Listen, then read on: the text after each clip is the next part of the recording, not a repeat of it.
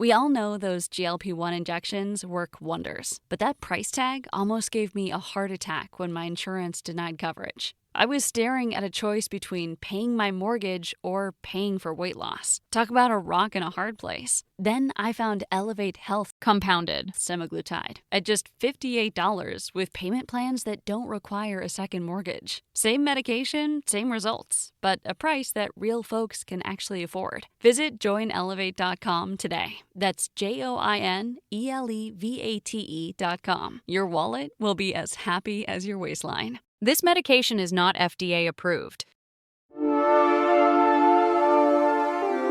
Welcome to Bedtime Astronomy. Explore the wonders of the cosmos with our soothing Bedtime Astronomy podcast. Each episode offers a gentle journey through the stars, planets, and beyond, perfect for unwinding after a long day. Let's travel through the mysteries of the universe as you drift off into a peaceful slumber under the night sky. Hello and welcome to the Deep Dive. Today we're setting our sights on a planet that's often called Earth's twin, but it holds some truly scorching and pretty profound secrets.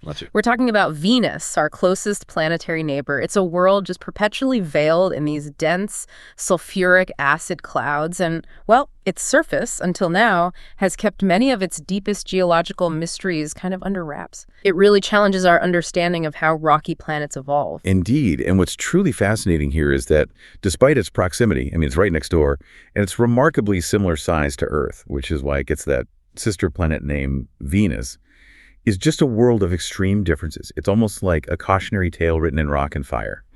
For decades, its unique, sometimes really bizarre surface features have puzzled planetary scientists. They offer these tantalizing but, often ambiguous clues about planetary evolution and the fundamental forces that shape a world. It's kind of like looking at a distorted reflection of our own home. Exactly. And today we're diving into some genuinely groundbreaking new research that promises to unlock one of Venus's most enduring and visually striking enigmas. We're talking about those incredible crown-like formations scattered across its surface. Oh, yes, the coronae. Known by that wonderfully descriptive name, coronae. Yeah. These aren't just minor geological quirks or simple craters. They are colossal, complex structures that, well, they speak volumes about what's happening deep within the planet's fiery heart. This new work is really shaking up the field, changing how we picture Venus from the inside out. Absolutely. This deep dive is all about what we think is the start of a genuine scientific revolution in Venusian geology. It provides this compelling and actually elegantly unified explanation for how Venus's interior heat sculpts its surface. A unified explanation? That sounds big. It is. It connects decades of disparate observations into a coherent story in a way we just haven't seen before.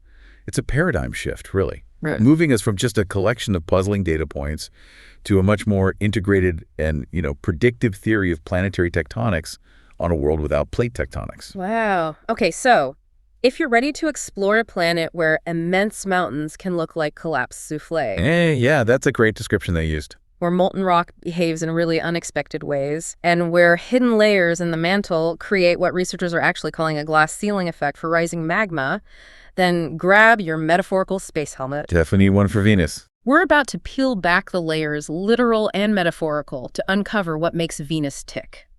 It's a journey that not only deepens our understanding of our immediate solar system neighbor, but also gives us a truly unique and honestly critical perspective on our own home planet.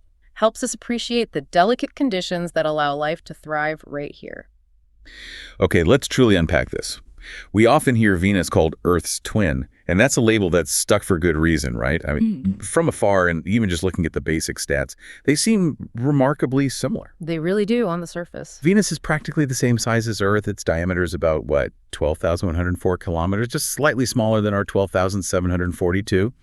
And of course, it is our closest planetary neighbor. Sometimes it gets closer to us than Mars ever does. That's a key point people sometimes forget. So it makes it an obvious candidate for study, a planet right in our cosmic backyard. But that, as you'll quickly learn, is pretty much where the surface level similarities just abruptly end. Precisely.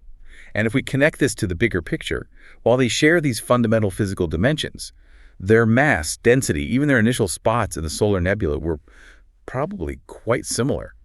Their environmental and geological paths just diverged so dramatically, they now exist as polar opposites. All are opposites. Venus is essentially a stark and frankly rather terrifying reminder of what can happen when a planet's atmosphere takes a catastrophic turn.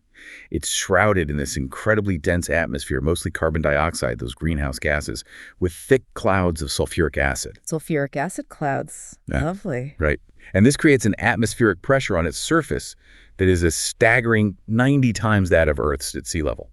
To picture that, it's like being nearly a kilometer deep in Earth's ocean.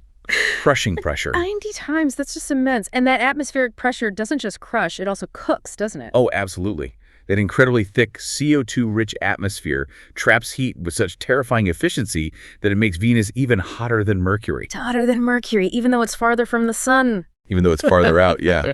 We're talking about surface temperatures that consistently hover around a scorching 475 degrees Celsius. Yeah. To put that in perspective, I mean, that's hot enough to melt lead, zinc too, even some kinds of rock. Huh. Definitely not a vacation spot, as you said, unless you're, a very robust robot built to withstand hellish conditions.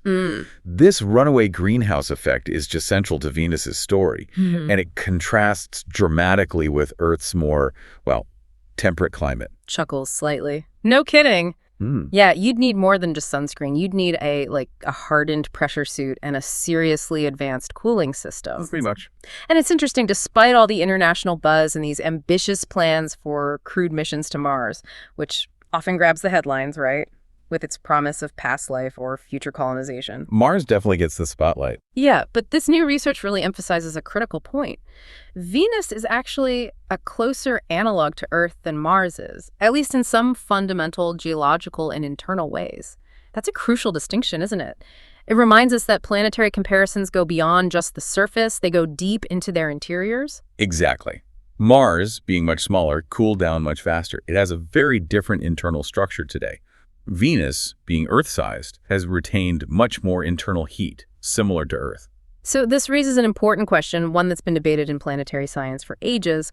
Why pour resources into studying Venus when Mars gets all the attention for, potential human habitation or finding little green microbes? Right. And Madeline Kerr, the lead author of this new study from UC San Diego's Scripps Institution of Oceanography, she puts it perfectly. She says, and I'm quoting here, "We get to have this solar system-sized laboratory." A solar system-sized lab. I like that. Yeah. Studying Venus helps us understand, in vivid detail, what happened there to make it unable to support life as we know it, while life flourishes so spectacularly here on Earth. It gives us, as she says, a front-row seat to see why these planets are so different. It provides crucial insights into planetary evolution, the long-term stability of atmospheres, and, the really complex conditions necessary for habitability. It's like having this vital planetary-scale case study right next door that can inform our understanding of exoplanets, too. So we've established Venus is this fascinating, fiery enigma, a world of extremes that, from our viewpoint, kind of got it wrong on the habitability front. But amidst all this infernal heat and pressure, what about these corona that are the star of today's deep dive? What exactly are we looking at when we talk about these crown-like features? And why have they puzzled scientists for so long? What makes them such a central mystery? Okay, so if you could somehow peer through Venus's thick, opaque atmosphere, maybe using advanced radar mapping like the Magellan mission did back in the 90s. Right, Magellan gave us those incredible maps. Exactly. If you could visualize the surface, you'd find it pocked with round, crown-like features known as corona. Now, these aren't just simple impact craters or straightforward volcanoes like, say, Mount St. Helens. Instead, their appearance is quite varied, really visually striking. They often feature these complex patterns of concentric rings, like ripples, and radial fractures spreading outwards like spokes on a wheel. And they often have central domes or maybe depressions, which gives them that distinctive crown or sometimes a squashed pancake look. Chuckles. Squashed pancake geology. Yeah. They're truly unlike anything we see in such abundance and on such a scale here on Earth.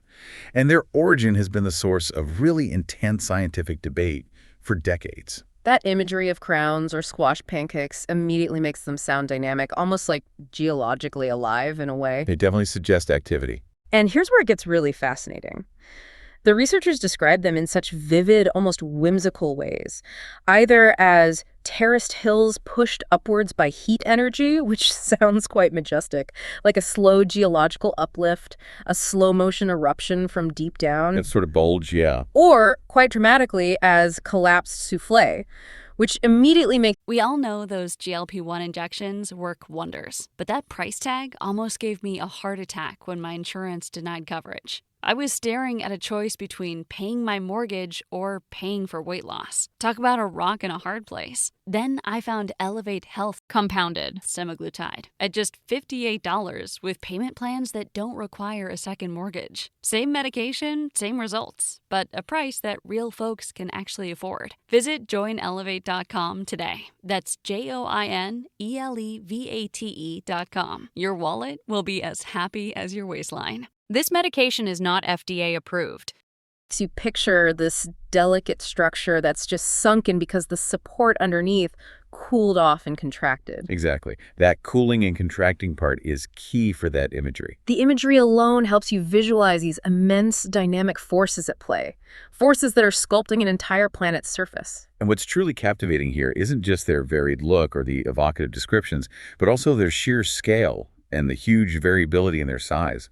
In some areas of Venus, these coronae are as much as 10 times the size of others. 10 times, so we're talking a big range. A huge range, from maybe 100 to 300 kilometers across, which is already pretty big, up to over 1,000 kilometers in diameter, sometimes even stretching to 2,000 kilometers. Wow, that's enormous. Continent-sized features almost. Pretty much.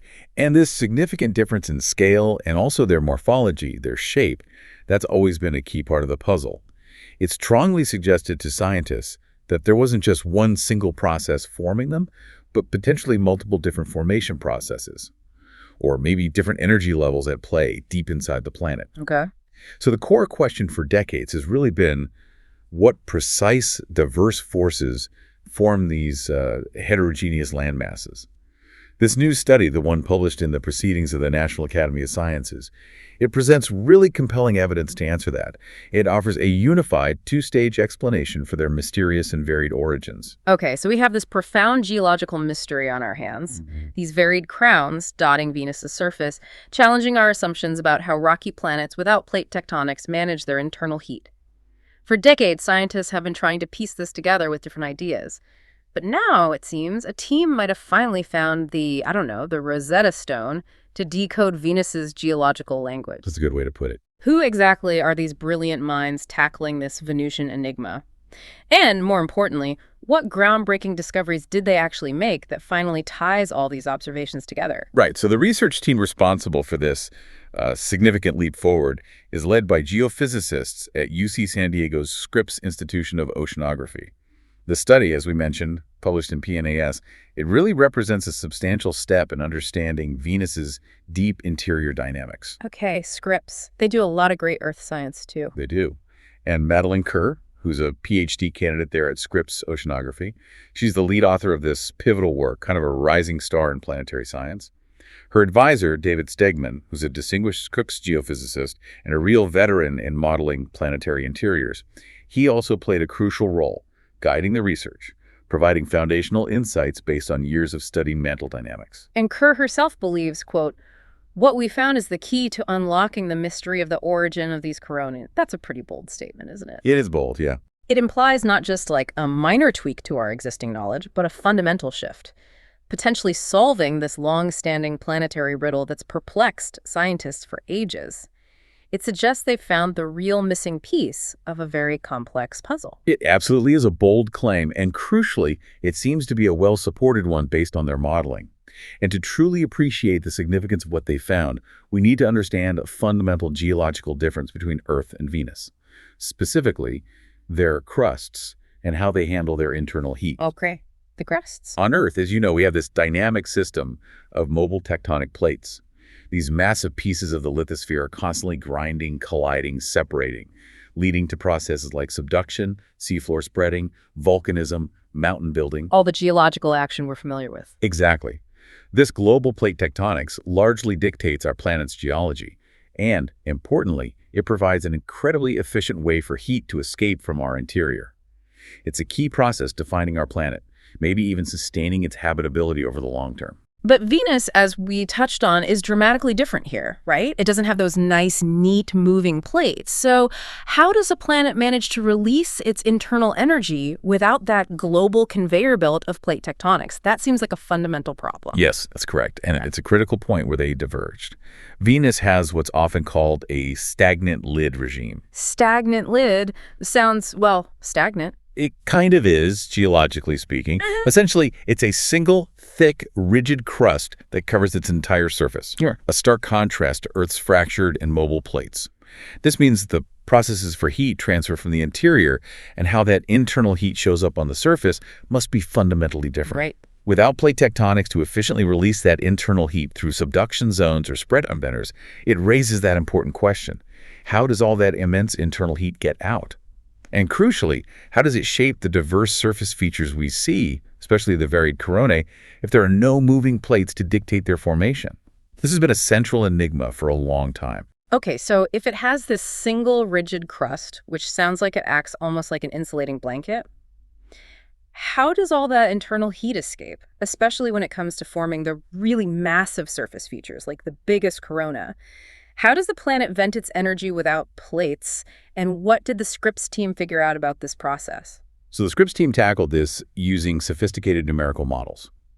They basically mapped the paths of bursts of magmatic energy pushing outward from, well, near Venus's core, which lies nearly 3,000 kilometers, or about 1,900 miles, deep inside the planet. Okay, modeling the deep interior. Yeah, this fundamental process of hot material rising from the deep interior is similar in concept to what happens in Earth's mantle.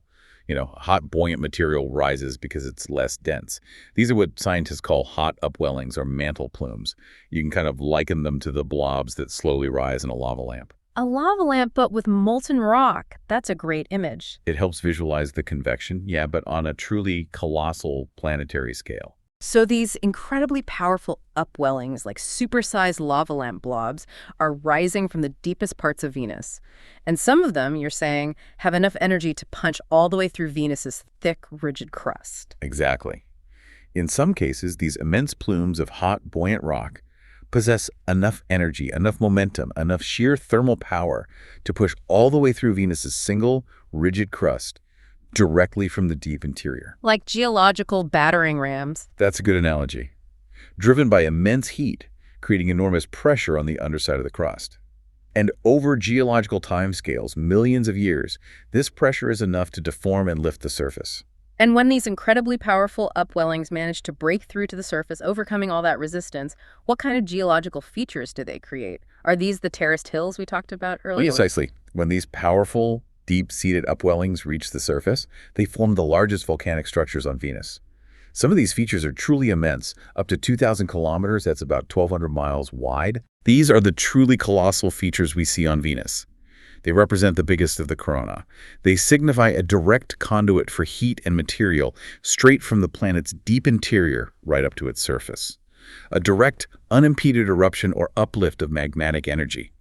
This mechanism explains the formation of the biggest terraced hills and the most expansive crowns on the Venusian landscape, features that dominate the topography over vast areas. Okay, so that gives us a compelling explanation for the colossal corona, those powerful deep-seated upwellings creating huge volcanic structures.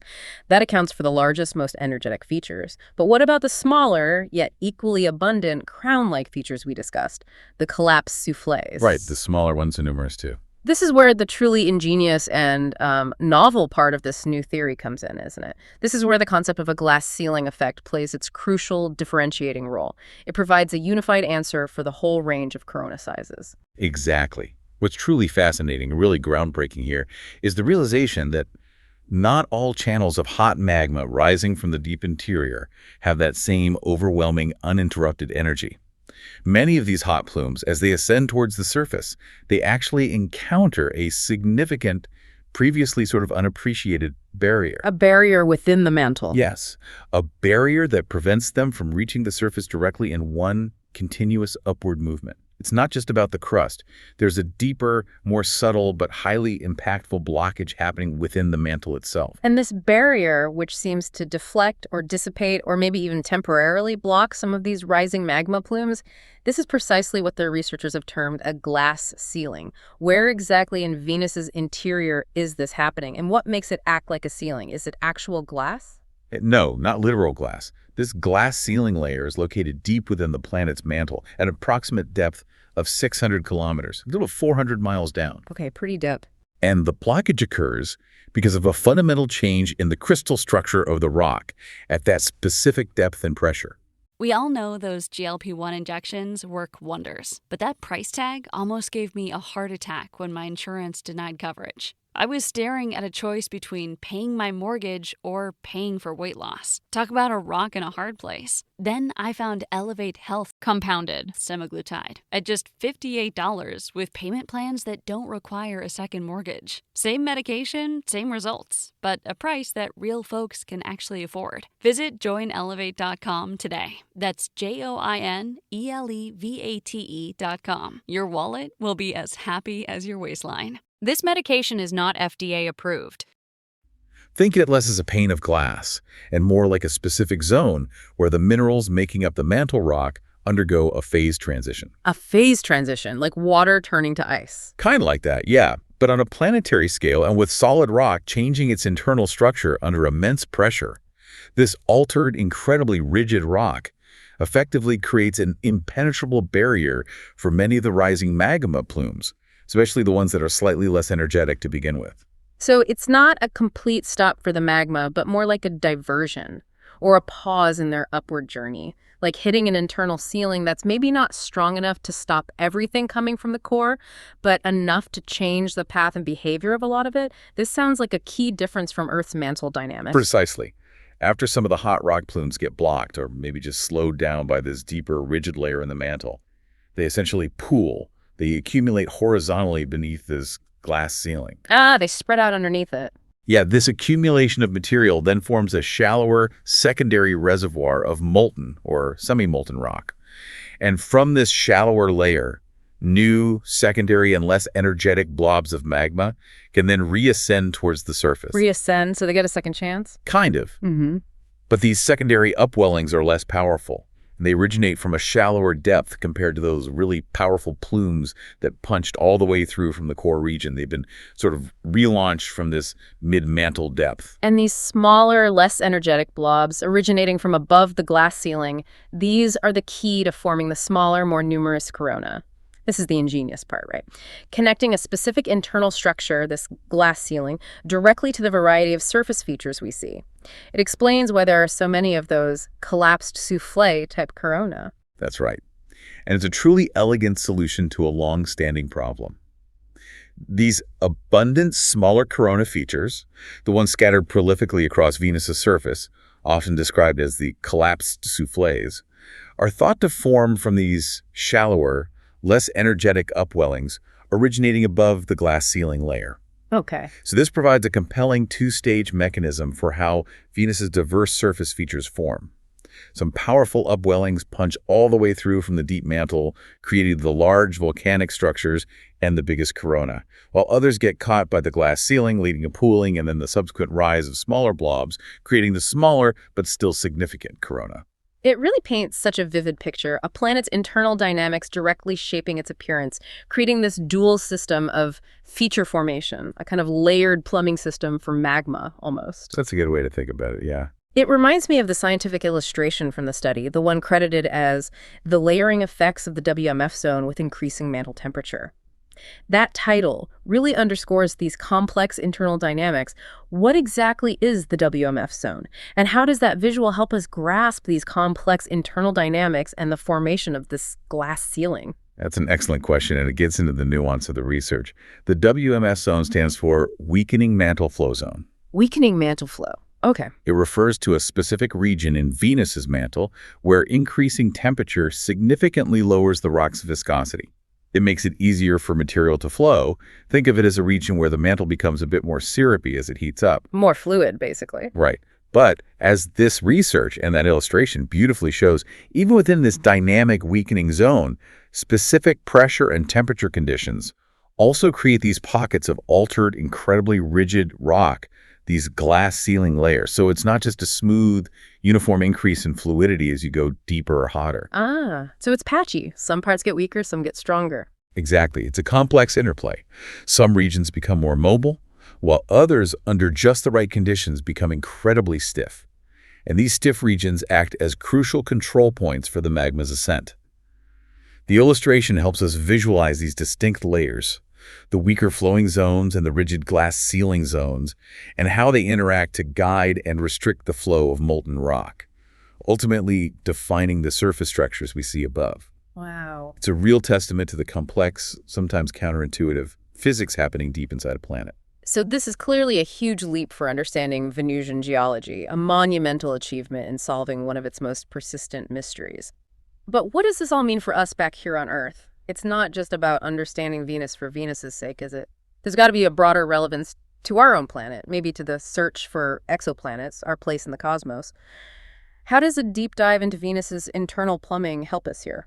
Well, if we connect this to the bigger picture, this research feeds directly back into that solar system-sized laboratory idea we mentioned earlier. Right, the lab next door. By studying Venus in such detail, understanding its internal heat engine and how it manifests on the surface, we gain these crucial insights into what happened there to make it an uninhabitable world, a scorched, high-pressure wasteland, while Earth managed to flourish with biological life and become this vibrant oasis. It's comparative planetology at its best. It gives us this contrasting example of planetary evolution. And that helps us understand the variables that really determine habitability, not just here, but potentially across the universe.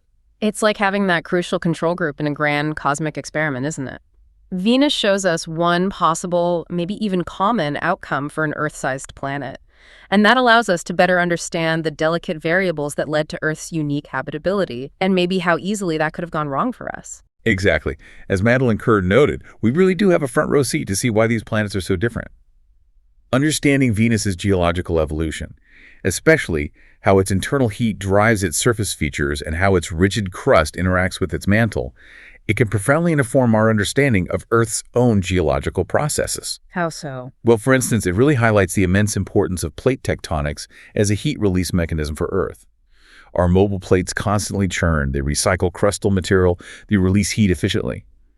And that helps regulate our planet's climate over long time scales, facilitates the carbon cycle, both absolutely critical for life. Venus, without plate tectonics, has this stagnant lid that retains heat very differently, leading to vastly different surface expressions and, likely, contributing to its runaway greenhouse state.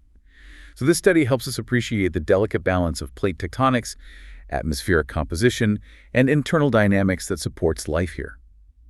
It really underscores just how unique and incredibly precious Earth's conditions are. And maybe, how easily they could have veered into a Venus-like state, especially thinking about runaway greenhouse effects. That's a sobering thought. And here's where it gets really interesting, especially from a historical science perspective. David Stegman, Kerr's advisor and a key figure here, made this powerful analogy about the state of our knowledge regarding Venus. It really puts this discovery into context and elevates its significance beyond just Venus itself. Yeah, that analogy really struck me too. He likened scientists' understanding of why Venus's surface looks the way it does today to the field's understanding of Earth before plate tectonic theory provided that compelling, unifying explanation about 50 years ago. Before plate tectonics, so like the 1950s or early 60s for Earth geology. Exactly. Before plate tectonics, Earth geology was this collection of seemingly disconnected observations. Volcanoes here, earthquakes there, mountain ranges somewhere else, but without a grand, overarching framework explaining how they all fit together. Geologists were meticulously mapping features, collecting data, but they lacked that central unifying theory explaining why these features appeared where they did, or how they were all connected to the planet's churning interior. It was like this complex tapestry of data points, but without the thread connecting them all. So for Venus, we were basically in a similar stage. We had all this incredible observational data gathered over decades by various missions, Mariner, Soviet Venera landers, and especially Magellan with its revolutionary radar mapping revealing amazing surface detail. Incredible data, yeah. We had all these features, the corona, the volcanoes, the fracture systems, but No single overarching theory to tie all these diverse surface features together into one cohesive geological narrative. No way to explain their varied scale and forms consistently. Precisely. Stegman articulated this perfectly. He stated, and I'll quote him directly again, "The current state of knowledge of the planet Venus is analogous to the 1960s pre-plate tectonic era because we currently lack an equivalent unifying theory capable of linking how heat transfer from the planet's interior gets manifested into the tectonics and magmatic features observed on Venus's surface." Wow. For decades, scientists have grappled with the sheer diversity of Venusian landforms, trying to piece together a coherent story. They developed specific hypotheses for specific types of corona or certain volcanic features, but nothing quite tied it all together. This new explanation, particularly involving the varied corona formation mechanisms through this two-stage mantle plumbing system with the glass ceiling, it provides that critical link, that long-sought unifying theory. It's genuinely a transformative moment for Venus science. This really sounds like a true game changer, not just for Venus, but for how we approach planetary science generally. It implies a fundamental shift in how we understand rocky planets without active plate tectonics. And that category includes many, many exoplanets we're now discovering, right? Absolutely. Most rocky exoplanets might be in this stagnant lid regime. So this redefines what active geology can even look like on a planet that isn't Earth. It's not all about moving plates. It absolutely is a game changer. Stegman further emphasized the profound impact. He stated, "With this new explanation for Venus's surface features, we feel a revolution has begun, and even more exciting discoveries are just around the corner." A revolution has begun. Strong words. Yeah, it's a testament to the power of scientific inquiry and meticulous modeling. It offers this unified theory for Venus that promises to unlock many more secrets of this enigmatic world. This fundamentally changes how we approach understanding its past, its present, maybe even its potential future. It will definitely guide future missions like NASA's Veritas and Da Vinci plus Wide and ESA's Envision. Right, those upcoming missions will have this framework to test. Exactly. This research has laid the groundwork for a cascade of new insights into how internal planetary processes sculpt surface features on worlds both familiar and profoundly alien. It's providing a kind of blueprint for understanding other stagnant lid planets throughout the galaxy. And that, my friends, is a deep dive into the fascinating, fiery world of Venus. We've journeyed from its superheated, crushing atmosphere down to its rigid crust, uncovered the mysteries of its immense crown-like coronae, and delved into the incredible, ingenious science behind their formation, all thanks to the groundbreaking work from Scripps Institution of Oceanography. It really is remarkable work. It's a testament to human curiosity and ingenuity, always pushing the boundaries of what we know about our cosmic backyard, even when that backyard is veiled in perpetual hostile clouds. We've seen how the planet's internal magmatic energy, combined with that crucial glass ceiling layer deep within its mantle, creates this unique geological landscape unlike Earth's. It drives a two-tiered system of surface feature formation. This research doesn't just decode Venus's most prominent and puzzling surface features. It also significantly enhances our understanding of planetary evolution as a whole. Yeah. It provides that critical comparative study that reminds us, again, of the delicate balance allowing life to flourish here on Earth. It really helps us appreciate the extraordinary, maybe even improbable circumstances that led to our own habitable world. So what does this all mean for you, the listener, beyond the, scientific specifics of Venusian geology? Well, it means that even our closest planetary neighbors still hold profound paradigm-shifting secrets. And every new discovery helps us piece together the incredible, complex puzzle of our solar system and beyond. There's always more to learn. It challenges us to look beyond the obvious, to question what lies beneath the surface, literally and figuratively, and to marvel at the ongoing scientific revolution constantly unfolding around us, reshaping our understanding of the universe one deep dive at a time. It's a powerful reminder that exploration, even remotely, yields amazing insights. And this raises an important question, one that will continue to drive planetary science forward. As we keep uncovering the geological secrets of Venus and understanding this intricate dance between its interior and its surface, how might understanding its past, its evolution, perhaps from a potentially more Earth-like state billions of years ago to its current extreme conditions, how might that help us better predict the future of other potentially habitable worlds we might discover out there in distant star systems? Applying Venus lessons to exoplanets. Or even perhaps understanding the very long-term future of our own planet as it continues its own geological journey over billions of years. It's a profound thought, definitely worth mulling over long after this deep dive concludes.